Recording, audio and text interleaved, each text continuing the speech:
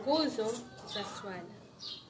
Nguzo za swala ni 14. Ya kwanza, kutia nia. Ya pili, kusimama kwa mwenye kuweza. Ya tatu, takbir ya kufungia swala. Ya 4, kusoma suratul Fatiha.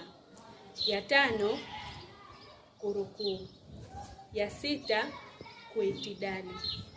Ya 7, kusujudu.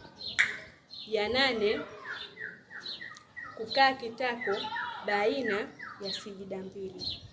Ya 9, kukaa kwa atahiyatu ya mwisho. Ya 10, kusoma kwa atahiyatu.